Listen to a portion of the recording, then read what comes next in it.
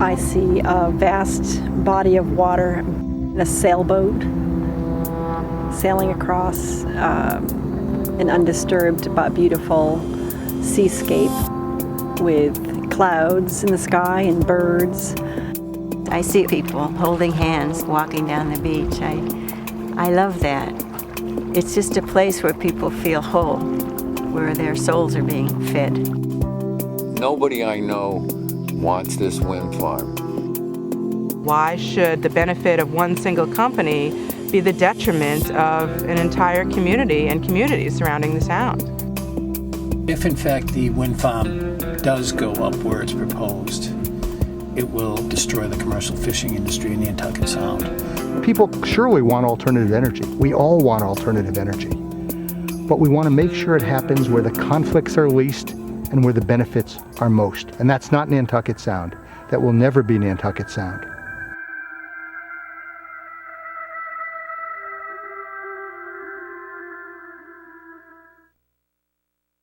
What many people don't realize is the mass and scale of what we're talking about in Nantucket Sound. We're talking about an area the size of Manhattan Island, 25 square miles. We're talking about turbines that are 440 feet tall, each of them 100 feet taller than the Statue of Liberty. The blades alone, the size of some of the tallest monuments on the Cape and Islands. We're talking about a building, a transformer station, roughly 8-9 miles offshore, that will be one of the largest buildings on the Cape and Islands. So the mass and scale of this kind of a project is industrial development. This project that has now been in debate for more than 5 years holds back the development of offshore renewable energy, because nowhere else will you have this kind of conflict. Identifying sites that are appropriate for alternative energy and that can serve Massachusetts and New England more effectively moves the effort for alternative energy faster and benefits more people. Certainly one of the charges that is leveled at all of us who are concerned about Cape Wind is that our only concern is not in my backyard.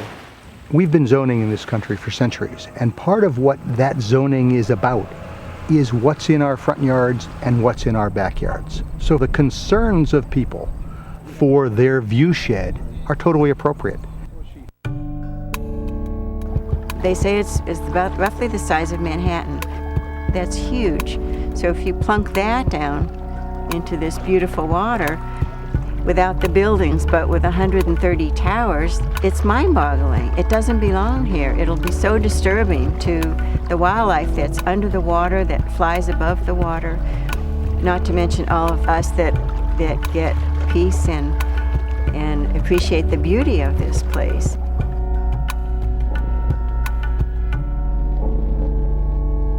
There'll be no question that people standing on the beach looking out to the center of Nantucket Sound will see predominantly an array of wind turbines offshore in what appears to be an industrial development. It will be as prominent, if not more prominent, at night as by day. It's going to look like a LaGuardia airport at night with the lights and the flashing strobes. It's not my backyard. It's free for everyone. And in fact, most of us that live here year-round live on pretty low incomes. It's not something that's known about the Cape. I'm a carpenter, a working man. This industrial complex will affect our real estate values, affect our tourist economy, and affect the people that give me work. If the Cape Wind Towers end up in Nantucket Sound, it's going to be a definite negative impact on those property values. If those values are eroded, then it's going to affect everybody's taxes for the fact that there is less money, revenue coming in taxes to the town till, and everybody, even in the smaller houses that don't have a water view, and even in those people that don't go to the beach, will be potentially affected in terms of their taxes.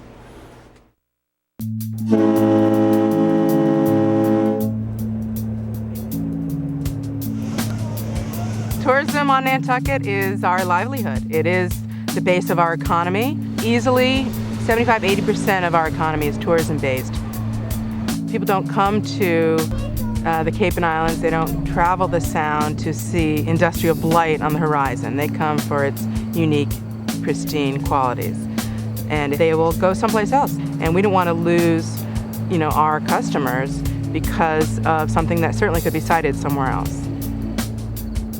A study with the Beacon Hill Institute suggests that as little as a 3%, 2 to 3% change in tourism costs over 2,000 jobs, has impacts of millions and millions of dollars on the economy. So little ripples in an economy that's this dependent on tourism have significant impacts. I'm a commercial fisherman. I fish in Nantucket Sound 6 months out of the year. If in fact the wind farm does go up where it's proposed, everybody will be displaced because there's not room to maneuver amongst the towers. Having the wind farm there would cause me to travel farther, which is, of course, is an increase in fuel cost, expenses, and there'd be a whole new learning curve on when do I catch the fish here, where do I catch the fish. I'm a board member of the Massachusetts Fishermen's Partnership, and collectively we've come out and said that this particular project is not any good to any of the fishing community. This is some of the richest spawning grounds for every major bait fish, as well as the fish that eat the bait fish. It's the best bass fishing in the world here. It doesn't take a whole lot to deter the fish, and that silk from putting in 130 footings is going to have a major effect. It's going to ruin a lot of people's livelihood.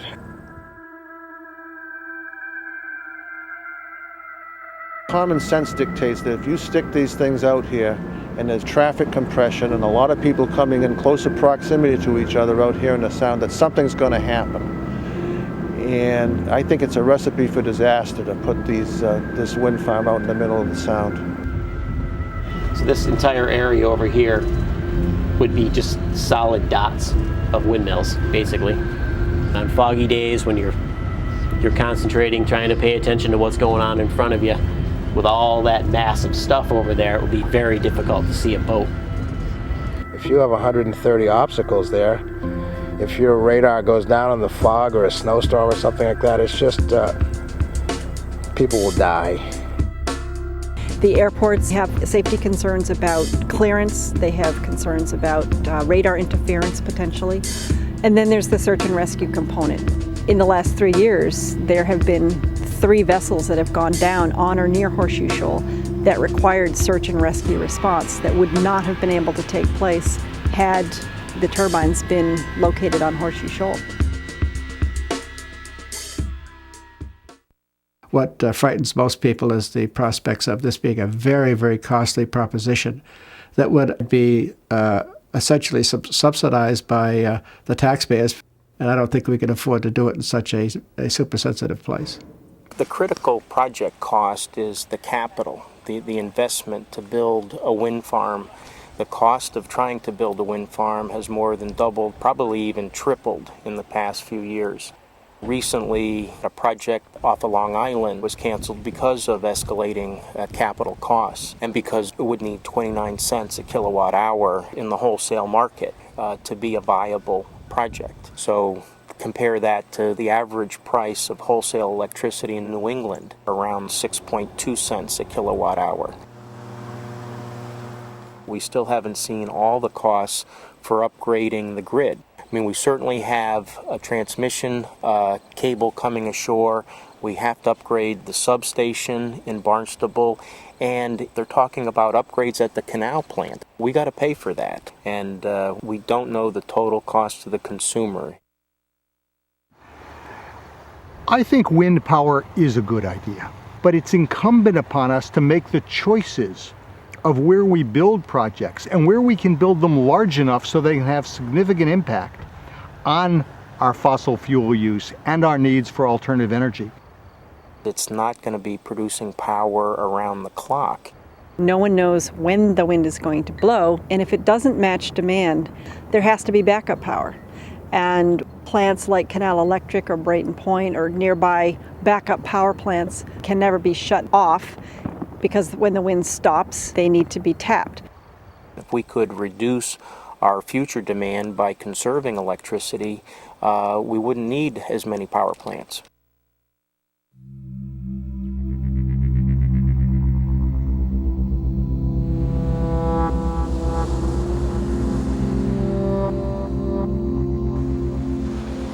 I think that the opposition here on Cape Cod was never anticipated by the developer, but he never tried to reach out to the community and say, I've got this idea, I want your input, I want your guidance. He picked a spot on the map and said, this is where my project's going to go, and if you don't like it, tough luck.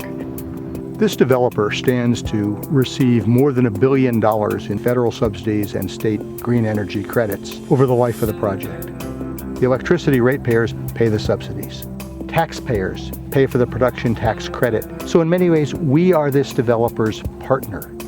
So therefore, we should have a major say in how this project takes place. Thousands and thousands of people have come together and said, yes, we're going to stop him because these are our waters. These are our lands. They belong to all of us, and we have a right to preserve them. What's wonderful about Nantucket Sound is that it's something different to everyone. For some, it's a place to go recreational fishing. For commercial fishermen, it's a place to earn their livelihoods on their boats in their waters. For some, it's a transportation corridor, a way to get to Nantucket and Martha's Vineyard from the Cape, and a way to bring the goods and services that make our economies flow. But for no one is Nantucket Sound an industrial zone. No one thinks about coming to the Cape and Islands to visit a power plant. And that's what's at risk if this area is allowed to be industrialized by Cape Wind.